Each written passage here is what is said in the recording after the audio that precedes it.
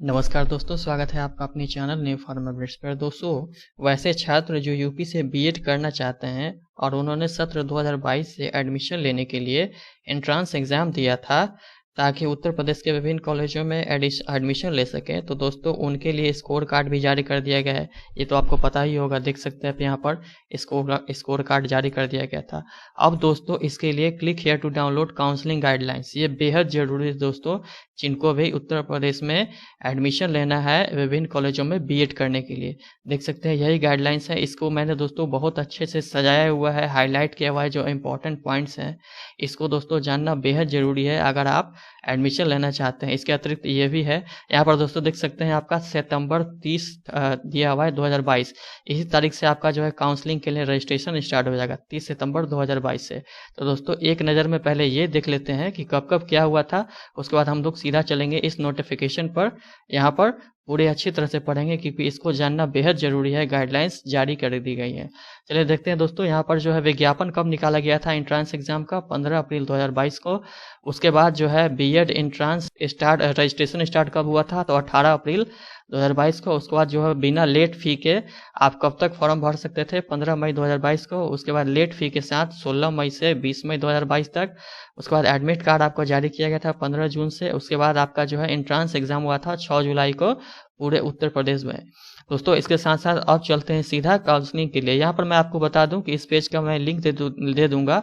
यहीं पर दोस्तों आपका जो है काउंसलिंग के लिए रजिस्ट्रेशन स्टार्ट होगा, तो इसी पेज पर आप रजिस्ट्रेशन कर सकते हैं और आगे की प्रक्रिया कर सकते हैं। लेकिन उस प्रक्रिया को जानना बेहद ज़रूरी है दोस्तों। तो चलिए शुरू करते हैं, सीधा चलते हैं नोटिफिकेशन के पास। तो फ्रेंड्स अब हम आ गए हैं सीधा जो नोटिफिकेशन गाइडलाइंस जारी की गई है एंट्रेंस एग्ज़ाम के बाद आपको रजिस्ट्रेशन करने के लिए और आगे की प्रक्रिया के लिए, इसको जानना बेहद ज़रूरी है। दोस्तों यहाँ पर कहा गया है कि केवल वही अभ्यर्थी जिन्हें बीएड जेईई 2022-24 की वरीयता सूची में रैंक आवंटित किया गया है, काउंसलिंग में वही प्रतिभाग करने के लिए पात्र हैं। मतलब आपको जो स्टेट रैंक जारी किया गया है, दिया गया है स्कोर कार्ड जारी होने के बाद, यहाँ से केवल वही लोग जो है इसमें भाग ले सकते हैं अब और आगे की प्रक्रिया में अपना एडमिशन ले सकते हैं। उसके बाद दोस्तों यहाँ पर कहा जा रहा है बीएड 2022 ऑनलाइन काउंसलिंग के लिए कार्यक्रम बाद में घोषित किया जाएगा। विस्तृत कार्यक्रम महात्मा गांधी ज्योतिबा फुले रोहिलखंड विश्वविद्यालय बरेली की वेबसाइट पर प्रदर्शित किया जाएगा। फिर यहाँ पर दोस्तों जो है यहाँ पर वेरी इंपॉर्टेंट मैंने देख लीजिए, सबको हाईलाइट कर दिया ताकि आपको समझने में बहुत आसानी से आपको समझ में आ जाएगी। बस कुछ आपको समय देना है दोस्तों, बिना समय दिए नहीं हो सकता है। इसलिए यहाँ पर है काउंसलिंग का चक्र। काउंसलिंग कितने चक्र में होगा, तो यहाँ देख सकते हैं आपका फर्स्ट में होगा मुख्य काउंसलिंग चक्र 1 राउंड 1। उसके बाद पूल काउंसलिंग को आप दोस्तों सेकंड काउंसलिंग अपॉर्चुनिटी भी कह सकते हैं। इस सब को मैंने लिखा है दोस्तों। उसके बाद यहाँ पर है, उसके बाद ये जब हो जाएगी उसके बाद सीधा प्रवेश डायरेक्ट एडमिशन राउंड 3 में होगा।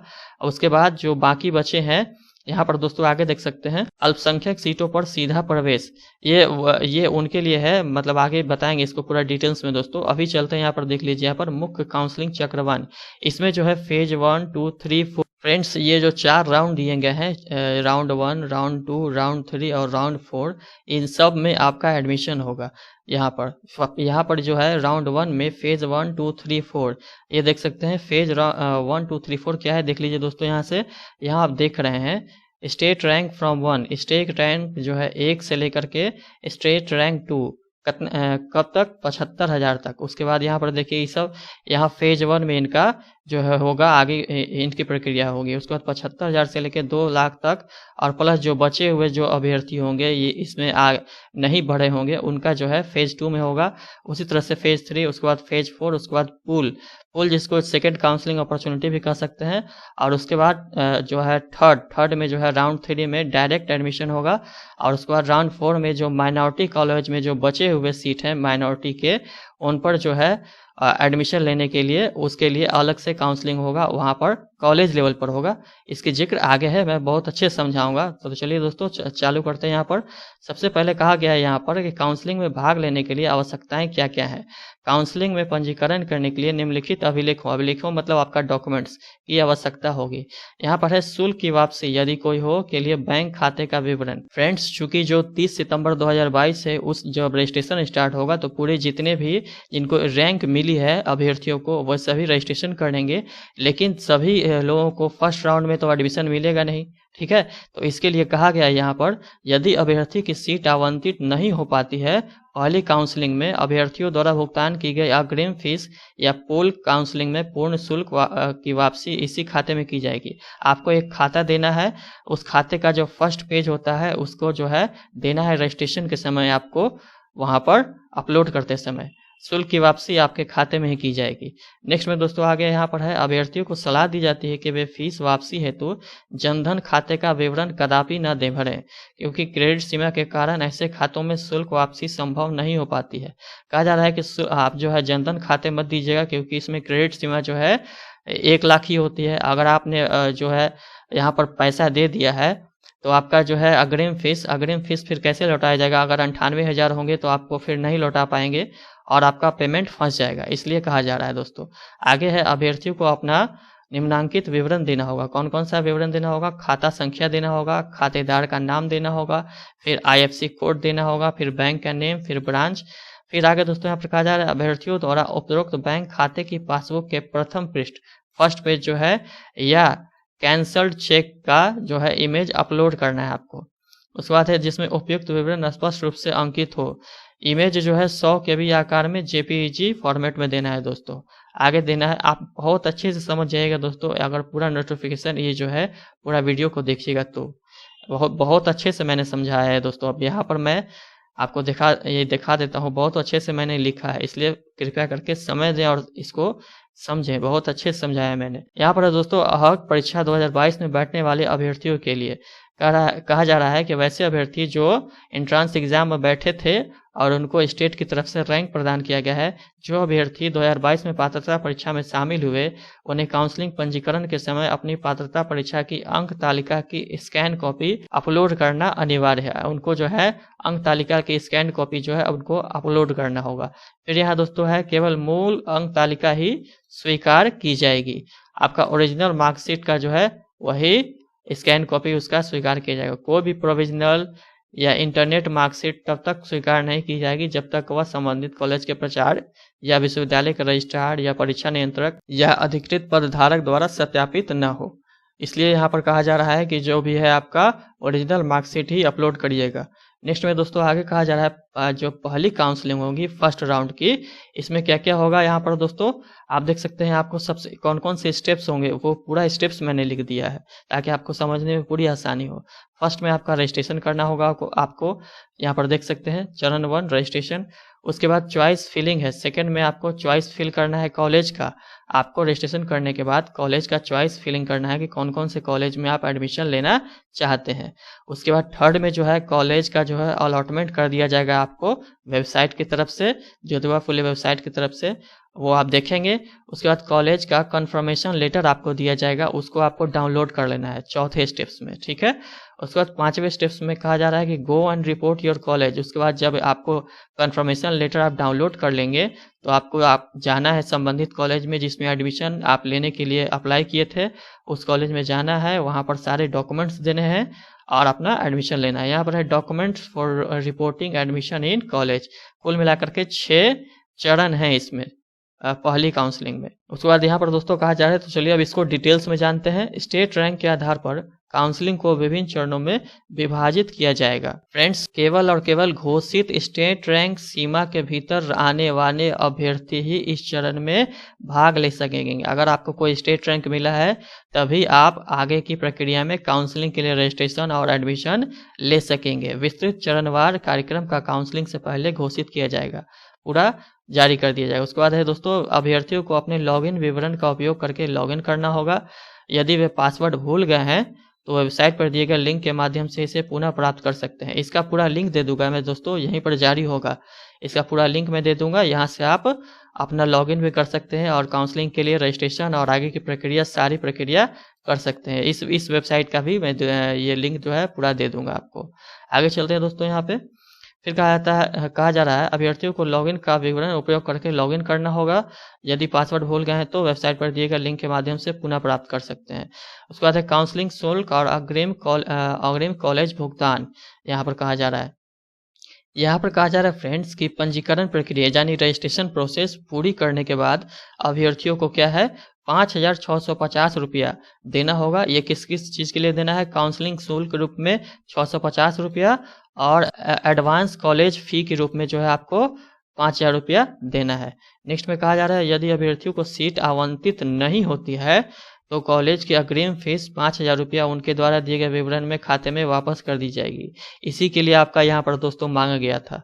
यहाँ पर आपका जो बैंक खाता मांगा गया है, देख सकते हैं, इसी के लिए मांगा गया था। तो अब आगे चलते हैं दोस्तों। यहाँ पर आगे कहा गया है यदि अभ्यर्थी को सीट आवंटित नहीं हो गया ये। इसके बाद है नेक्स्ट में दोस्तों, यदि अभ्यर्थी को सीट आवंटित होती है यद्यपि वह इसकी पुष्टि नहीं करता है, सीट आवंटित होने के बाद आपको अगर आप पुष्टि नहीं करते हैं तथा उस कॉलेज में प्रवेश नहीं लेते हैं तो कॉलेज की अग्रिम फीस 5,000 आपको वापस नहीं की जाएगी, क्योंकि आप ही की गलती है। आपने पुष्टि नहीं की, उसके बाद प्रवेश भी नहीं लिया, तो आपको 5,000 रुपया आपका नहीं मिलेगा जब आपने रजिस्ट्रेशन किया था। नेक्स्ट में दोस्तों यहाँ पर है यदि अभ्यर्थी को सीट आवंटित की जाती है और वह इसकी पुष्टि करता है तो यह राशि कॉलेज शुल्क के रूप में समायोजित कर दी जाएगी। कॉलेज शुल्क के रूप में आपको वहां पर जमा कर दी जाएगी। नेक्स्ट में है यहाँ पर दोस्तों कहा जा रहा है कि यदि अग्रिम शुल्क आवंटित महाविद्यालय शुल्क से अधिक हो गया। अग्रिम शुल्क आप कितना देंगे दोस्तों? यहाँ पर 5,000 देंगे।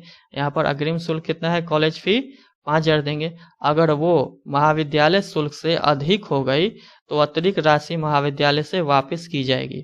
उसके बाद नेक्स्ट में दोस्तों यहाँ है काउंसलिंग शुल्क रुपये 650 रुपया नॉन रिफंडेबल है। ये जो काउंसलिंग शुल्क है ये किसी भी स्थिति में चारों जो आपका जो चरण है, राउंड है, इसमें चारों चरण में आपका काउंसलिंग शुल्क इतना लगेगा दोस्तों, और ये नॉन रिफंडेबल है, ये आपको नहीं मिलेगी। नेक्स्ट में दोस्तों यहाँ पर है विकल्प भरना, चॉइस फिलिंग जो है आप वहाँ पर आपको क्या करना है? चॉइस फिलिंग करना है। विकल्प अपना कॉलेज का भरना है कि किस किस कॉलेज में आप एडमिशन लेना चाहते हैं। केवल पंजीकृत अभ्यर्थी ही विकल्प भर सकेंगे। जिन्होंने रजिस्ट्रेशन किया है वही विकल्प भर सकेंगे। चॉइस फिलिंग से पहले अभ्यर्थियों को निम्नलिखित विवरणों को सत्यापित करना होगा। यहाँ पर कहा जा रहा है दोस्तों कि कॉलेज का चॉइस फिलिंग से करने से पहले अभ्यर्थियों को निम्नलिखित विवरण सत्यापित करना होगा। संस्कृत बीएड महाविद्यालयों में प्रवेश हेतु अभ्यर्थियों के पास स्नातक के तीनों वर्षों में संस्कृत है तो अभ्यर्थियों को हाँ का चयन करना होगा। उसके बाद नेक्स्ट में कहा जा रहा है अभ्यर्थियों द्वारा ऑनलाइन आवेदन पत्र में भरे अपने लिंग में गलत स्थिति होने में सही करने का विकल्प डिफ़ॉल्ट रूप से यह उस विकल्प पर सेट होता है जिससे उन्होंने ऑनलाइन आवेदन पत्र में भरा है।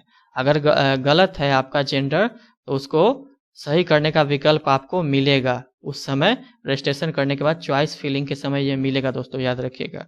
नेक्स्ट में दोस्तों आगे है काउंसलिंग के लिए पंजीकृत अभ्यर्थियों को अपनी पसंद के अनुसार विकल्प भरने होंगे। कहा जा रहा है कि काउंसलिंग के समय अपना जो कॉलेज आप फेवरेट है आपकी, इस कॉलेज में आप लेना चाहते हैं तो अपनी पसंद भरने का आपको विकल्प मिलेगा। अभ्यर्थी जितने चाहे उतने विकल्प दे सकते हैं। अब विकल्पों की कोई कमी नहीं है वहाँ पर दोस्तों होगी, जितने वहाँ पर दिए होंगे उतने विकल्प आप भर सकते हैं, आपके लिए बाउंडेड नहीं होगी। ज़्यादा से ज़्यादा विकल्प भरिएगा ताकि आपको पहले ही काउंसलिंग में सीट मिल जाए। अभ्यर्थियों को सलाह दी जाती है कि वे आवंटन में अस्वीकृति से बचने के लिए अधिक से अधिक विकल्प दें। अंतिम सबमिशन तक विकल्पों का पूर्णावलोकन व पुनर्व्यवस्थापन किया जा सकता है। मतलब जो है अंतिम सबमिशन करने से पहले, लॉक करने से पहले कॉलेज की लिस्ट को आपको फिर से एक बार देखने का और साथ साथ जो कॉलेज का जो है ऊपर नीचे करने का जो है आपको ऑप्शन मिलेगा, उसको आप ड्रैग करके ऊपर नीचे कर सकते हैं, ऐसा ऑप्शन रहता है दोस्तों। उसके बाद नेक्स्ट में यहाँ पर है विकल्प कई सत्रों में भरे जा सकते हैं। लॉग आउट करने से पहले इन विकल्पों को सेव करते रहना चाहिए। आप जो भी विकल्प भरेंगे उनको सेव कर दीजिएगा, नहीं तो फिर से आपको भरना पड़ जाएगा। जो डेटा सेव नहीं किया गया है वह समाप्त हो जाएगा, उसे पुनः भरना पड़ जाएगा। जो अभी मैंने दोस्तों बोला है वही बात यहाँ भी कही गई है। नेक्स्ट में दोस्तों यहाँ पर कहा जा रहा है एक बार लॉक होने के बाद, एक बार आपने जितने भी विकल्प है अपने कॉलेज का लिस्ट जो है उसको आपने लॉक कर दिया है तो उसको फिर बदला नहीं जा सकता है दोस्तों, याद रखिएगा। एक बार आपने भर दिया है जो। नेक्स्ट में आगे है यदि किसी अभ्यर्थी ने विकल्प जमा कर दिया है लेकिन विकल्प भरने की अंतिम तिथि समाप्त होने के तक लॉक नहीं किया है, आपको लॉक करना होगा। लॉक करेंगे तभी आपको जो है कॉलेज आपको अलॉटमेंट किया जाएगा, नहीं तो आपको कॉलेज अलॉटमेंट नहीं किया जाएगा। याद रखिएगा, लॉक करना जरूरी है। नेक्स्ट में दोस्तों है कॉलेज अलॉटमेंट। आपको कॉलेज मिलेगा, आप जो कॉलेज को आपने लॉक किया है उसमें से ही आपको कॉलेज मिलेगा। कॉलेज आवंटन नियमानुसार अभ्यर्थी के राज्य रैंक के साथ साथ आपका स्टेट रैंक देखा जाएगा, उसके साथ साथ काउंसलिंग के दौरान वरीयता क्रम में उनके द्वारा चुने गए कॉलेजों के आधार पर किया जाएगा। जो कॉलेज आप चुनेंगे उसके आधार पर और आपके स्टेट रैंक के आधार पर कॉलेज अलॉटमेंट होगा। राज्य की आरक्षण नीति का पालन केवल सहायता प्राप्त और राजकीय महाविद्यालयों में ही किया जाएगा, प्राइवेट कॉलेज में नहीं होगा। State reservation policy will be followed for aided, जिनको सरकारी सहायता प्राप्त है या पूर्ण रूप से जो गवर्नमेंट कॉलेज है, सिर्फ आरक्षण का नीति वहीं पर लागू होगी। नेक्स्ट में है सहायता प्राप्त सरकारी और स्वपोषित महाविद्यालयों में EWS आरक्षण का पालन किया जाएगा। यहाँ पर EWS reservation will be followed in aided government and self financing college, यहाँ पर आरक्षण नीति का पालन किया जाएगा। नेक्स्ट में दोस्तों है अनंतिम आवंटन सह पुष्टि पत्र डाउनलोड किया जाना। एक बार आपको जो कॉलेज अलॉट कर दिया जाएगा, उसके बाद आपको कॉलेज अलॉटमेंट मिलने के बाद आपको ये ऑप्शन रहेगा कि आप कंफर्मेशन लेटर डाउनलोड कर लें। इसी कंफर्मेशन लेटर को डाउनलोड करने के बाद दोस्तों संबंधित कॉलेज में जाना है और अपनी एडमिशन की प्रक्रिया वहाँ पर पूरी करनी है। जिन अभ्यर्थियों को कॉलेज आवंटित किया गया है उन्हें BEd JEE 2022 के वेबसाइट के माध्यम से अनंतिम आवंटन सह पुष्टि पत्र डाउनलोड करना होगा। यही बात जो है वो कही गई है। कॉलेज शुल्क अग्रिम कॉलेज शुल्क से अधिक है। अगर आपका कॉलेज फ़ी जो है एडवांस कॉलेज फ़ी जो आपसे लिया गया है उससे अधिक है तो अभ्यर्थियों को अनंतिम आवंटन सह पुष्टि पत्र डाउनलोड करने से पहले कॉलेज आवंटन के 3 दिनों के भीतर शेष राशि का आपको ऑनलाइन भुगतान करना होगा। जो कॉलेज आपको मिला है और उस कॉलेज का जो है कॉलेज शुल्क ज़्यादा है और आपने जो दिया है 5,000 वो उससे भी मतलब ज़्यादा है, तो आपको 3 दिनों के भीतर जो है शेष राशि का भुगतान करना होगा। तभी आप जा कर के फिर आगे की प्रक्रिया वहाँ पर संबंधित कॉलेज में कर सकते हैं। नेक्स्ट में दोस्तों यहाँ पर यदि कॉलेज शुल्क अग्रिम कॉलेज शुल्क से कम है तो वे अनंतिम आवंटन सह पुष्टि पत्र यानी कंफर्मेशन लेटर डाउनलोड कर सकते हैं। अतिरिक्त शुल्क की राशि आवंटित कॉलेज द्वारा अभ्यर्थियों को वापस कर दी जाएगी। अभ्यर्थियों को जो पैसा फालतू है उनका वो दे दिया जाएगा। अनुसूचित जाति, अनुसूचित जनजाति तथा EWS अभ्यर्थियों को कॉलेज शुल्क से अधिक होने पर शेष राशि का भुगतान करना होगा। नेक्स्ट में दोस्तों यहाँ पर है आवंटित कॉलेज में रिपोर्ट किया जाना। वेबसाइट के थ्रू आपको जो है कॉलेज अलॉट कर दिया जाएगा। दोस्तों कॉलेज अलॉटमेंट के बाद अब आपको संबंधित कॉलेज में जाना होगा। कॉलेज में जाकर के अपने जितने भी डॉक्यूमेंट्स जो है जितने भी संबंधित डॉक्यूमेंट्स यहाँ पर दिए गए हैं वो मैं दिखाऊंगा आगे, उसको लेकर जाना होगा और एडमिशन की जो है एडमिशन का प्रोसेस आपको आगे करना होगा। उसी की जानकारी यहाँ पर है। अभ्यर्थियों को आवंटन की तारीख से 3 दिनों के भीतर आवंटन की तारीख से 3 दिनों के भीतर दोस्तों यहाँ पर VVI है। 3 दिनों के अंदर सभी मूल दस्तावेजों के साथ अनंतिम आवंटन सह पुष्टि पत्र के साथ यानी कि कंफर्मेशन लेटर के साथ आवंटित कॉलेज को रिपोर्ट करना होगा। मात्र 3 दिनों का टाइम दिया गया है दोस्तों, यहाँ पर इम्पोर्टेंट है ये, ऐसा ना हो कि कहीं लेट हो जाए। उसके बाद नेक्स्ट में दोस्तों आवंटित महाविद्यालय के प्राचार्य द्वारा अभ्यर्थी के मूल दस्तावेजों का भौतिक सत्यापन किया जाएगा। वहाँ के जो प्रिंसिपल टीचर होंगे वो आपके डॉक्यूमेंट्स को चेक करेंगे। उसके बाद यदि अभ्यर्थियों के कॉलेज प्राधिकरण द्वारा मान्य नहीं पाए जाते हैं तो उनका अभ्यर्थन निरस्त कर दिया जाएगा। अगर आपके डॉक्यूमेंट्स जो हैं वो वैलिड नहीं होते हैं तो आपका कैंडिडेचर वहाँ से खत्म कर दिया जाएगा। नेक्स्ट में दोस्तों है यहाँ पर कॉलेज में रिपोर्टिंग के लिए आवश्यक जो दस्तावेज लगेंगे उसकी जिक्र की गई है। अभ्यर्थियों को अपने निम्नलिखित दस्तावेजों की मूल प्रति यानी कि ओरिजिनल जो है ले जाना होगा। महात्मा ज्योतिबा फुले रुहेलखंड विश्वविद्यालय वेबसाइट से अनंतिम आवंटन सह पुष्टि पत्र यानी कि कंफर्मेशन लेटर जो है उसको भी ले जाना होगा। आपको जो कॉलेज अलॉटमेंट का कंफर्मेशन लेटर मिलेगा इस वेबसाइट से।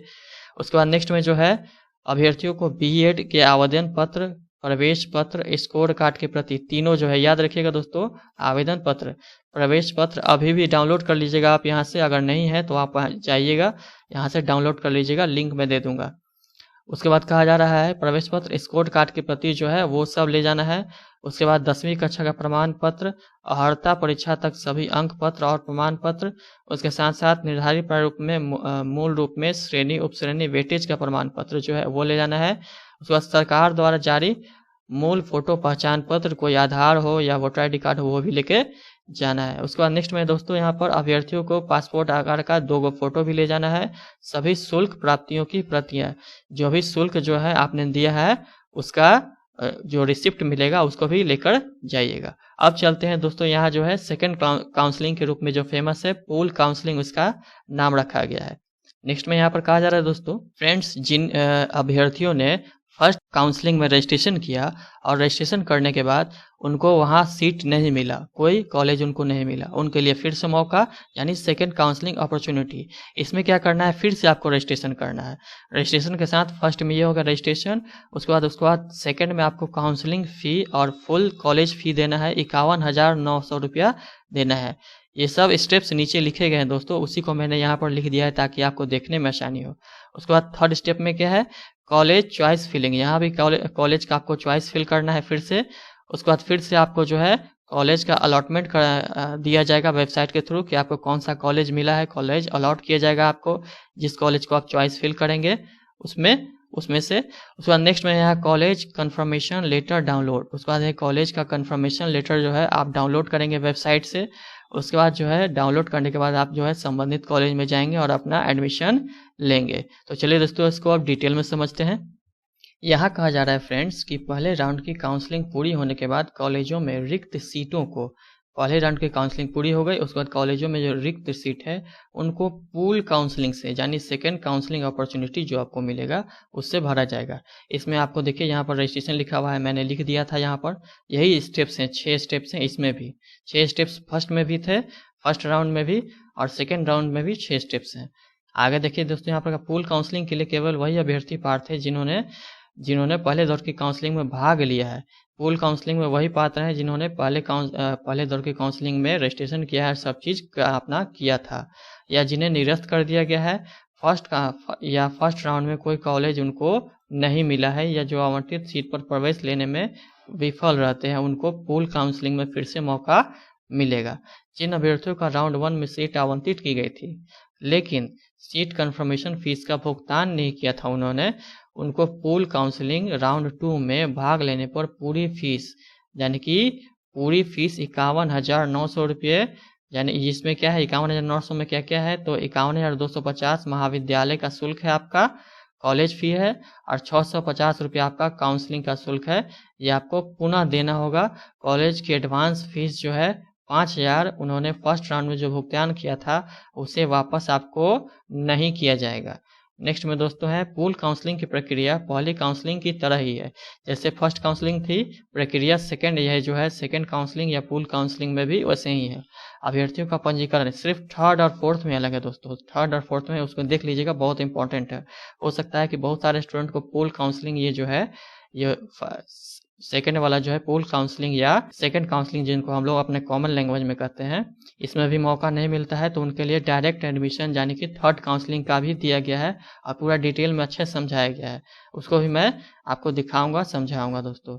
उसके बाद यहाँ पर कहा रहा है अभ्यर्थियों को पंजीकरण करना होगा, यहाँ पर फिर से आपको रजिस्ट्रेशन करना होगा। यहाँ पर रजिस्ट्रेशन के साथ साथ पूर्ण कॉलेज शुल्क का भुगतान करना होगा, ठीक है। तत्पश्चात विकल्प भरना होगा, विकल्प मतलब आपको कॉलेज का चॉइस फिल करना होगा। नेक्स्ट में दोस्तों यहाँ पर कहा जा रहा है फ्रेंड्स, जैसे ही जो है इसका रजिस्ट्रेशन स्टार्ट होगा 30 सितंबर 2022 को मैं एक वीडियो बना दूंगा, इसलिए दोस्तों आप चैनल को सब्सक्राइब कर लीजिए क्योंकि हर एक जानकारी आपको यहाँ पर मिलती रहेगी। यहाँ पर कहा जा रहा है दोस्तों कि अभ्यर्थियों को लॉगिन विवरण का उपयोग करके लॉगिन करना होगा। लॉगिन करने के बाद यदि पासवर्ड भूल गए हैं तो इस लिंक से पासवर्ड आपको मिल जाएगा। ये मैं इसका लिंक भी दे दूंगा आपको, टेंशन नहीं लीजिएगा दोस्तों। उसके बाद आगे है लॉगिन करने पर उन्हें अपने बैंक खाते का विवरण भरना होगा फिर से। उसके बाद 2022 में अर्हता परीक्षा में बैठने वाले अभ्यर्थी जिनका अर्हता परीक्षा का परिणाम घोषित हो गया है उन्हें अपने अंक भरने होंगे और मार्कशीट की स्कैन कॉपी भी अपलोड करनी होगी। उसके बाद नेक्स्ट में है काउंसलिंग शुल्क और पूर्ण कॉलेज शुल्क का भुगतान आपको करना होगा। अभ्यर्थियों को काउंसलिंग शुल्क जो कि 650 रुपया है, उसके बाद जो है 51,250 रुपया पूर्ण कॉलेज शुल्क है, उसको जो है जो अप्रदेय है जमा करने होंगे आपको। उसके बाद है अभ्यर्थियों को कॉलेज उसके बाद आवंटित कर दिया जाएगा, तो यह राशि वापस नहीं की जाएगी। उसके बाद नेक्स्ट में है पूल चरण में ही विकल्प भरना है। यहाँ पर चॉइस फिलिंग करना है आपको अपने कॉलेज का, कौन कौन सा कॉलेज में आप एडमिशन लेना चाहते हैं। आपको एक पूरा लिस्ट ही दिया जाएगा, उस लिस्ट से जैसे आपने पहले फर्स्ट राउंड में किया था उसी तरह से इस सेकेंड राउंड में भी है आपको मिलेगा। चॉइस फिलिंग से पहले अभ्यर्थियों को अपने निम्नलिखित विवरण का सत्यापन करना होगा। संस्कृत के लिए विकल्प, यदि अभ्यर्थी के पास स्नातक के 3 वर्षों में संस्कृत है और संस्कृत महाविद्यालय में प्रवेश लेने का इच्छुक है तो अभ्यर्थियों को हाँ का चयन करना होगा।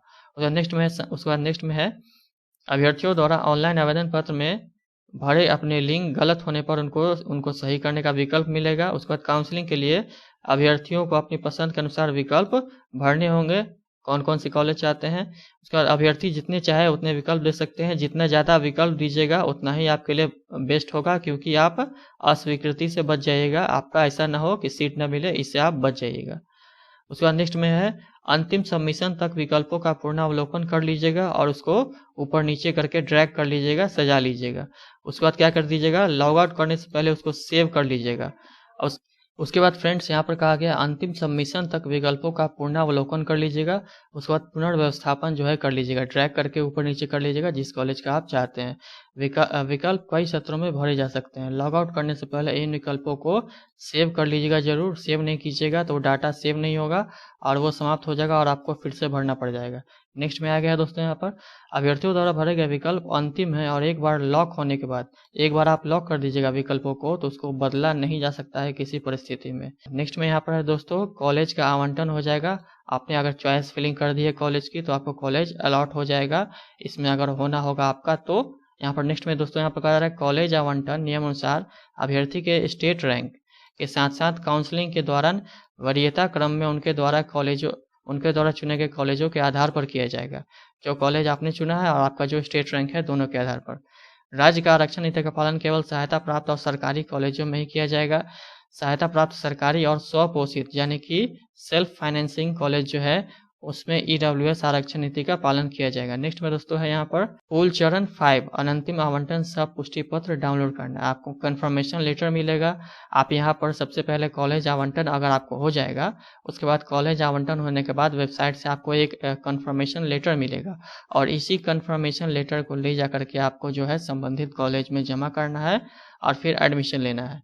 यहाँ पर जिन अभ्यर्थियों को कॉलेज आवंटित किया गया है उन्हें बीएड की वेबसाइट के माध्यम से अनंतिम आवंटन सब पुष्टि पत्र डाउनलोड करना होगा, यानी कंफर्मेशन लेटर की बात हो रही है। उसके बाद है नेक्स्ट में दोस्तों यदि कोई अभ्यर्थी जिसे महाविद्यालय आवंटित किया गया है महाविद्यालय में रिपोर्ट नहीं करता है, आपको कॉलेज अलॉट कर दिया गया है फिर भी आप अगर रिपोर्ट नहीं करते हैं, रिपोर्ट करना है दोस्तों फर्स्ट वाला में जो था फर्स्ट राउंड में 3 दिन के अंदर में करना था। यहाँ पर देखिए यहाँ पर महाविद्यालय में रिपोर्ट नहीं करता है तो महाविद्यालय को 51,250 रुपये की फीस वापस नहीं की जाएगी। महाविद्यालय की जो फीस है आपसे जो ली गई है वो फीस आपको फिर वापस नहीं मिलेगी अगर आप रिपोर्ट नहीं करते हैं। नेक्स्ट दोस्तों यहाँ पर कहा जा रहा है यदि पूल काउंसलिंग में किसी अभ्यर्थी को कोई कॉलेज आवंटित नहीं किया जाता है, मतलब सेकंड काउंसलिंग वाली पूल काउंसलिंग में आपको कोई सीट अगर नहीं मिलता है इसमें तो कॉलेज की फीस 51,250 रुपया उनके बैंक खाते में आपको ट्रांसफ़र कर दिया जाएगा, जिसका विवरण द्वारा काउंसलिंग पंजीकरण के समय दिया गया था। उसका नेक्स्ट में दोस्तों यहाँ पर है आवंटित कॉलेज में रिपोर्ट किया जाना। आपको एक बार कंफर्मेशन लेटर मिल जाएगा, उसको डाउनलोड कर लीजिएगा और डाउनलोड करने के बाद अपने कॉलेज में चले जाइएगा, वहाँ जाके एडमिशन लेना है। डॉक्यूमेंट्स तो मैंने आपको फर्स्ट वाला में दिखाई दिया है, वही डॉक्यूमेंट्स लेके आपको जाना है। यहाँ है अभ्यर्थियों का आवंटन सह पुष्टि पत्र यानी कि कंफर्मेशन लेटर जो है के दस्तावेजों के साथ आवंटन की तारीख से 3 दिनों के भीतर दोस्तों याद रखिएगा VVI है 3 दिनों के भीतर आवंटित कॉलेज को रिपोर्ट करना होगा। कॉलेज कंफर्मेशन लेटर जैसे ही यहाँ पर वेबसाइट से मिल जाए दोस्तों आपको, फिर आपको 3 दिनों के भीतर जाना है, आवंटित कॉलेज के पास जाना है, वहाँ पर अपने डॉक्यूमेंट्स दिखाने हैं और एडमिशन लेना है। आवंटित यहाँ पर कहा जा रहा है आवंटित महाविद्यालय के प्राचार्य आपकी जो है डॉक्यूमेंट्स जो ओरिजिनल डॉक्यूमेंट्स है उसको चेक करेंगे। उसके बाद अगर डॉक्यूमेंट्स आपका सही नहीं है तो कैंडिडेचर आपका वहाँ से खत्म हो जाएगा। रिपोर्टिंग के लिए आवश्यक दस्तावेज कौन कौन से चाहिए, जो फर्स्ट राउंड में थी वही यहाँ पर भी है। अभ्यर्थियों को अपने निम्नलिखित दस्तावेजों की मूल प्रति ले जानी होगी। उसके बाद यहाँ पर है अंतिम आवंटन सह आपको जो पुष्टि पत्र यानी कि कंफर्मेशन लेटर जो है उसको ले जाना है डाउनलोड करके। उसके बाद आपका आवेदन पत्र जो आपने आवेदन किया था एंट्रांस एग्ज़ाम के लिए, फिर प्रवेश पत्र जो आप एंट्रांस एग्ज़ाम दिया था, उसके बाद स्कोर कार्ड की प्रति भी ले जानी है। साथ साथ आपको 10वीं का प्रमाण पत्र, जितने भी और डॉक्यूमेंट्स हैं, वेटेज का प्रमाण पत्र, उसके साथ साथ आधार कार्ड ले जाइएगा या वोटर कार्ड, उसके बाद 2 फोटो ले जाइएगा। उसके बाद सभी जितने भी शुल्क आपने दिया है उसका रिसिप्ट लेके जाइएगा। नेक्स्ट में दोस्तों यहाँ पर कहा जा रहा है सीधा प्रवेश direct admission round 3। Friends, direct admission जो है आपका कॉलेज स्तर पर ही किया जाता है। इसमें आपका जो ज्योतिबा फुले वेबसाइट जो है नोडल एजेंसी, वो इसमें भाग नहीं लेती है। आगे यहाँ पर बताया गया, मैं से आपको बताऊंगा। यहाँ पर है आपको सीधा प्रवेश, इसमें जो कॉलेज की बची हुई सीट जो होती है उस पर लिया जाता है। इसमें यहाँ पर है सबमिट काउंसलिंग फ़ी। आपको काउंसलिंग फ़ी जो है 650 रुपया एट द कॉलेज लेवल में जमा करना and take direct admission in college.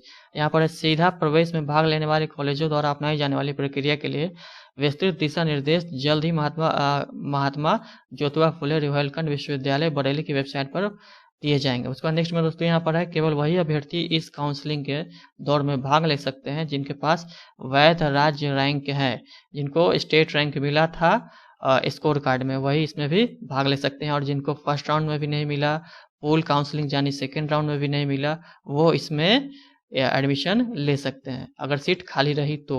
यहाँ पर निम्नलिखित अभ्यर्थी सीधे प्रवेश के पात्र हैं। प्रथम काउंसलिंग में जिनको प्रवेश नहीं मिल पाया, जिनको पोल काउंसलिंग में भी नहीं मिल पाया यानी कि सेकंड काउंसलिंग में, उसके बाद जिनको काउंसलिंग प्रक्रिया में जिन्होंने भाग नहीं लिया है अब तक।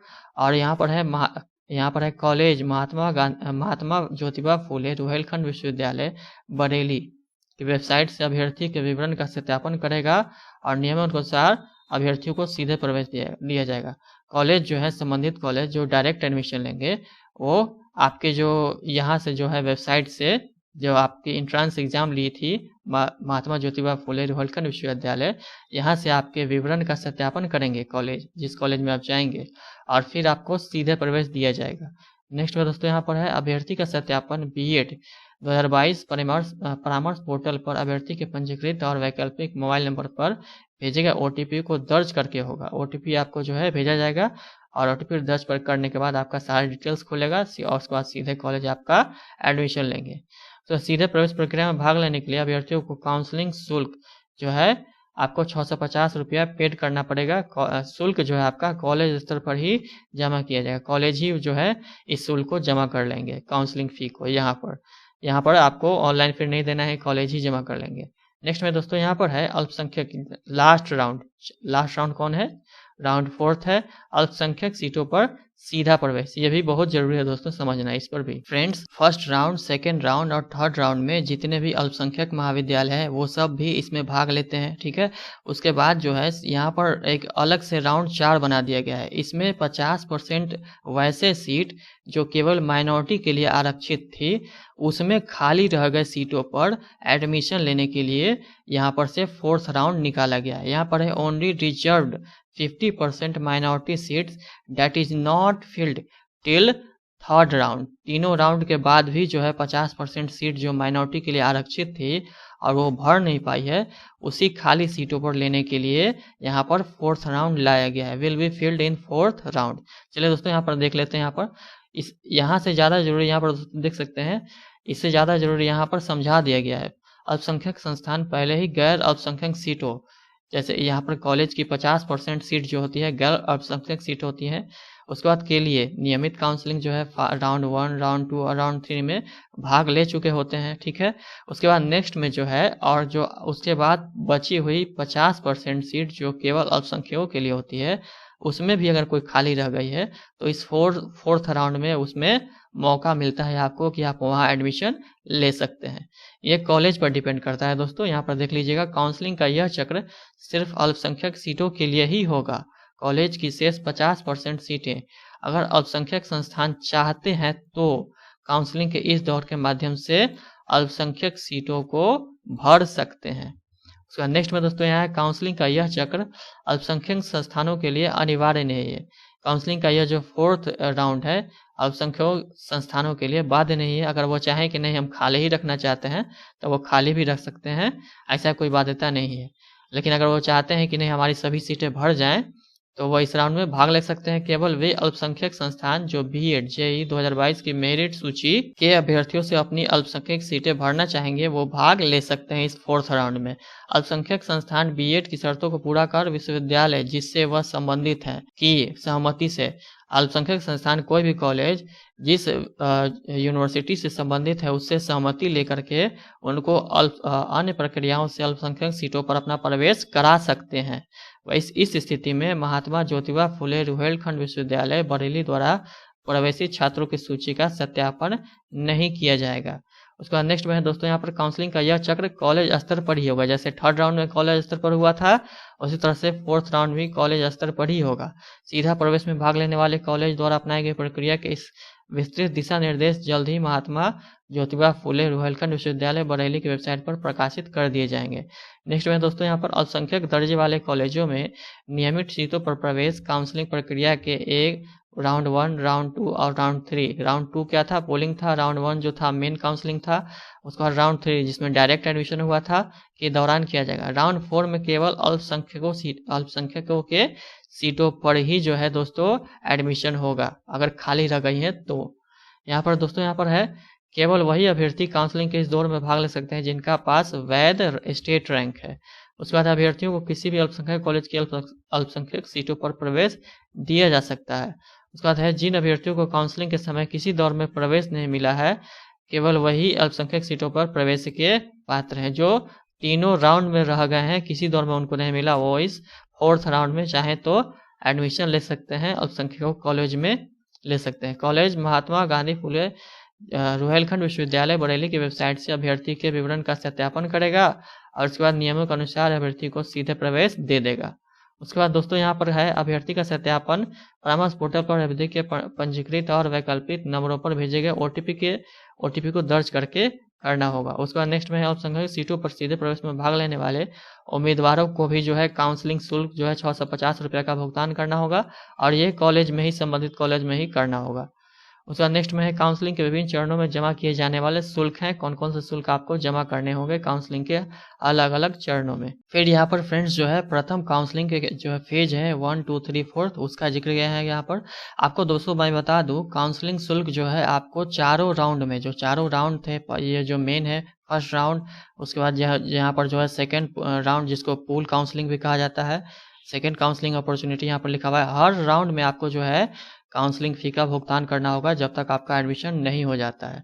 नेक्स्ट में दोस्तों यहाँ पर है अग्रिम कॉलेज शुल्क 5000 रुपया जो है फर्स्ट राउंड की बात की जा रही है, फर्स्ट राउंड मेन राउंड वाला, उसी की बात की जा रही है। 5000 रुपया जो है आपका अग्रिम कॉलेज शुल्क भुगतान करना होगा। यदि अभ्यर्थियों को सीट आवंटित नहीं की जाती है तो अग्रिम शुल्क, इसमें सीट अगर आवंटित किन्हीं को नहीं होता है फर्स्ट काउंसलिंग में तो आपको अग्रिम कॉलेज शुल्क उनके खाते में वापस कर दी जाएगी। यह राशि पूल काउंसलिंग में समायोजित नहीं की जाएगी, तुरंत के तुरंत आपकी जो है राशि समायोजित कर दी जाएगी। नेक्स्ट में दोस्तों यहाँ पर है यदि अभ्यर्थियों को सीट आवंटित कर दी जाती है, ठीक है, और तो सीट कन्फर्मेशन फीस का भुगतान करता है तो यह अग्रिम राशि शुल्क कॉलेज में समायोजित की जाएगी। उनकी जो है अग्रिम राशि शुल्क जो है ये वाला आपके कॉलेज में समायोजित कर दी जाएगी। यदि अभ्यर्थियों को सीट आवंटित हो जाती है, ठीक है, लेकिन वह सीट कन्फर्मेशन फीस का भुगतान नहीं करता है तो अग्रिम कॉलेज शुल्क वापस उनको नहीं किया जाएगा। यदि अग्रिम महाविद्यालय शुल्क आवंटित महाविद्यालय शुल्क से अधिक है तो अतिरिक्त राशि आवंटित महाविद्यालय से वापस की जाएगी। कहा जा रहा है कि अगर आपने अग्रिम महाविद्यालय शुल्क जो 5000 रुपये यहाँ पर दिए हैं वो जो है आपकी जो है महाविद्यालय के शुल्क से अधिक है तो आपको जो बचे हुए पैसे हैं आपको रिफंड कर दिया जाएगा। उसका नेक्स्ट में है सीट कन्फर्मेशन फ़ी। यहाँ पर जिक्र नहीं है कि सीट कन्फर्मेशन फ़ी कितनी होगी, आगे इसकी जानकारी दी जाएगी। यहाँ पर है आवंटित कॉलेज के फीस के अनुसार भुगतान किया जाना है। आवंटित कॉलेज की जितनी फीस होगी उसका आपको भुगतान करना है। उसके बाद नेक्स्ट में है पूल काउंसलिंग जो सेकंड काउंसलिंग अपॉर्चुनिटी जिसको हम लोग कहते हैं अपनी भाषा में। यहाँ पर भी आपको मैंने बता ही दिया है कि हर राउंड में जो आपको 650 रुपया काउंसलिंग फ़ी देना ही है रजिस्ट्रेशन करने के बाद। नेक्स्ट में है रजिस्ट्रेशन सिर्फ जो है सेकंड काउंसलिंग या पूल काउंसलिंग तक ही करना है आपको। उसके बाद थर्ड में तो दोस्तों आपको जो है डायरेक्ट एडमिशन लेना है। फोर्थ में जो है अल्पसंख्यक कॉलेजों की सीटों पर जाकर डायरेक्ट एडमिशन लेना है। और यहाँ पर दोस्तों आपको कहा जा रहा है अग्रिम कॉलेज शुल्क जो है 51,250 रुपया। यहाँ पर आपको जिन अभ्यर्थियों को राउंड 1 में सीट आवंटित की गई थी लेकिन सीट कन्फर्मेशन फ़ी का भुगतान नहीं किया गया था, उन्हें पूल काउंसलिंग राउंड 2 में भाग लेने पर पूरी फीस देनी होगी। कॉलेज की एडवांस फीस रुपये 5000 रुपया जिसका उन्होंने राउंड 1 में भुगतान किया था समायोजित नहीं की जाएगी। फर्स्ट राउंड में जो आपने भुगतान किया था वो समायोजित नहीं की जाएगी। यहाँ पर नेक्स्ट में दोस्तों यहाँ पर यदि अभ्यर्थियों को सीट आवंटित नहीं होती है इस राउंड में भी तो कॉलेज की अग्रिम फीस उनके द्वारा विवरण दिए खाते में वापस कर दी जाएगी। इसको मैंने कई बार बता भी दिया है दोस्तों आगे ऊपर। नेक्स्ट में है दोस्तों, यहाँ यदि अभ्यर्थियों को कॉलेज आवंटित हो जाता है तो यह राशि वापस नहीं की जाएगी, आपको जाकर एडमिशन लेना होगा। अगर आप नहीं लेते हैं तो आपकी राशि नहीं मिलेगी वापस दोस्तों। उसके बाद फ्रेंड्स यहाँ पर कहा गया है यदि अभ्यर्थी कॉलेज आवंटित किया जाता है अभ्यर्थी को, तो यह राशि उनको वापस नहीं की जाएगी, आपका जो लिया गया है। उसके बाद नेक्स्ट में है सीधा प्रवेश, क्योंकि आपको जो आवंटित कर ही दी गई है और आपको अब जाके एडमिशन लेना था यहाँ पे, और आपने एडमिशन ले लिया तो अब राशि वापस कैसे होगी, सीधा प्रवेश। उसके बाद नेक्स्ट में है थर्ड राउंड का जो है राउंड 3, जिसमें आपको सीधा प्रवेश लेना है कॉलेज की बची हुई सीटों पर। इसका आयोजन सीधा डायरेक्ट कॉलेज ही करते हैं। इसमें भी दोस्तों जो है 650 रुपये आपको देना है। उसके बाद नेक्स्ट में है अग्रिम कॉलेज शुल्क। फ्रेंड्स, डायरेक्ट एडमिशन राउंड 3 में आपको जो है किसी तरह का अग्रिम कॉलेज शुल्क का भुगतान नहीं करना है, क्योंकि आपको सीधे कॉलेज में ही करना है एडमिशन फी का भुगतान। सीधे प्रवेश प्रक्रिया में प्रवेश शुल्क का भुगतान कॉलेज में ही करना है, यहाँ पर लिखा हुआ है। नेक्स्ट में दोस्तों यहाँ पर है राउंड 4 अंतिम, जो बची हुई सीटें हैं, जो आरक्षित सीटें थी माइनॉरिटी की, उस पर जो है अगर एडमिशन लेना है तो राउंड 4 इसमें क्या है काउंसलिंग शुल्क, इसमें भी आपको 650 देना होगा। और सीधे जो है प्रवेश प्रक्रिया में प्रवेश शुल्क का भुगतान कॉलेज में ही करना है, एडमिशन फी आपको कॉलेज में ही देना है। तो इस तरह से दोस्तों ये पूरा PDF खत्म हो गया। दोस्तों हमारी ये वीडियो आपको कैसी लगी ज़रूर बताइएगा। अगर हमारी वीडियो अच्छी लगी हो तो दोस्तों हमारे चैनल को लाइक, सब्सक्राइब और शेयर ज़रूर कीजिएगा। बिना सब्सक्राइब हुए मत जाइए दोस्तों, क्योंकि इस पर हर तरह के वीडियो जो है हमेशा वैकेंसी की आते ही रहेंगी। दोस्तों आप दीजिए हमें इजाज़त। ये वीडियो थोड़ी लंबी हो गई है ज़रूर, लेकिन इसमें पूरी जानकारी है दोस्तों, एक एक जानकारी है, ताकि आपको कोई दिक्कत ना हो, कोई परेशानी ना हो। तो दोस्तों आप दीजिए हमें इजाज़त। जय हिंद।